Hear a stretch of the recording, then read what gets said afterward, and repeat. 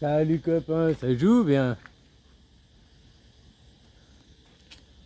Ouais, il s'attaque vraiment qu'à la Chine, quoi. Hein, les droits de douane, la Chine 125%, enfin bref. Il y a un an en arrière, je te parlais de leur plan qu'ils avaient, les ultra-conservateurs américains. Guerre totale dans le Pacifique pour 2027, quoi. Donc c'est la guerre mondiale avec la Chine pour 2027, c'est ça. Elle est prémisse, ça a commencé en 2025.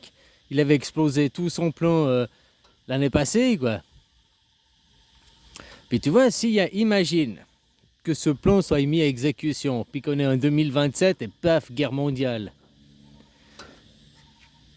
Trump, il parle déjà de se faire réélire un troisième mandat. S'il y a une guerre aux USA, est-ce qu'ils font des élections ou bien c'est comme Zelensky, il va rester au pouvoir jusqu'à la fin de la guerre? Puis est-ce que par hasard, un président français, là, Macron, il pourrait pas dire aussi ah bah tiens, je prolonge mon mandat parce qu'on est en guerre, on peut pas faire des élections, quoi. Tu vois, est-ce que ça arrangerait pas les affaires de certains, quoi?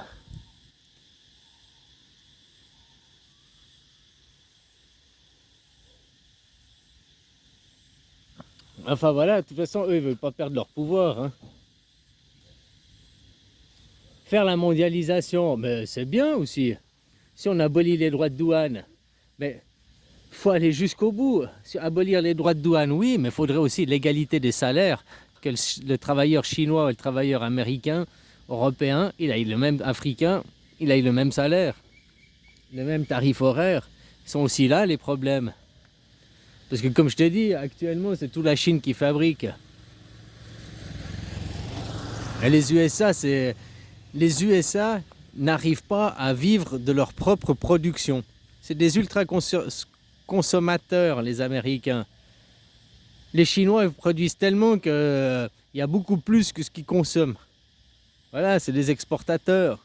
Puis l'autre, c'est les autres, c'est des importateurs.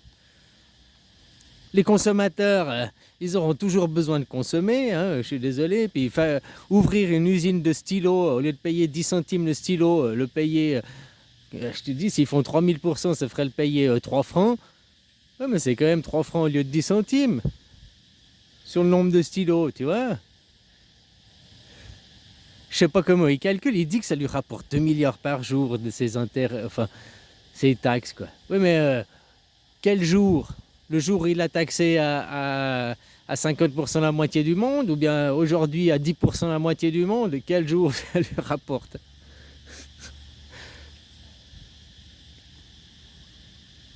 Donc pour la mondialisation, la globalisation, mais c'est de l'eau bénite ce qui se passe hein, avec Trump.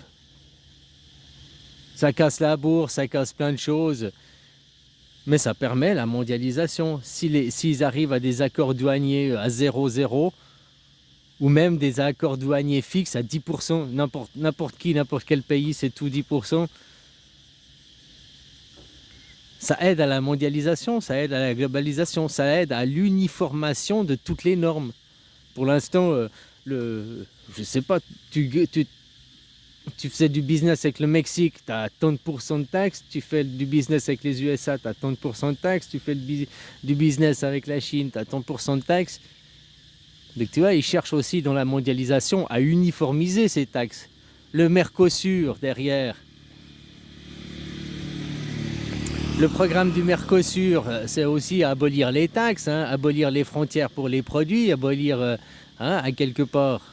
Je n'avais pas trop suivi l'histoire, mais à quelque part, c'est ça, hein, le Mercosur, je voulais dire, qui veut le faire avec les produits du Brésil.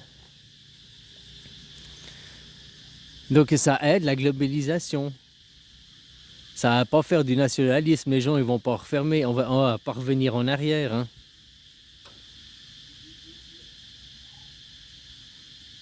Tu vois, la Chine, en combien d'années ils se sont équipés? Dans les années 50, donc il y a 70 ans en arrière, la Chine, ils faisaient rien. Ben maintenant, les prochains où ça va se passer, comme la révolution chinoise, si ça n'a pas déjà commencé, parce que mon avis, ça a déjà commencé, ben, c'est dans certaines régions d'Afrique, où il y a toute l'industrialisation à faire, construire des autoroutes, parce que comme ils ont fait en Chine, construire des infrastructures, autoroutes, trains, hein, pour relier les zones, c'est pas fini en Chine.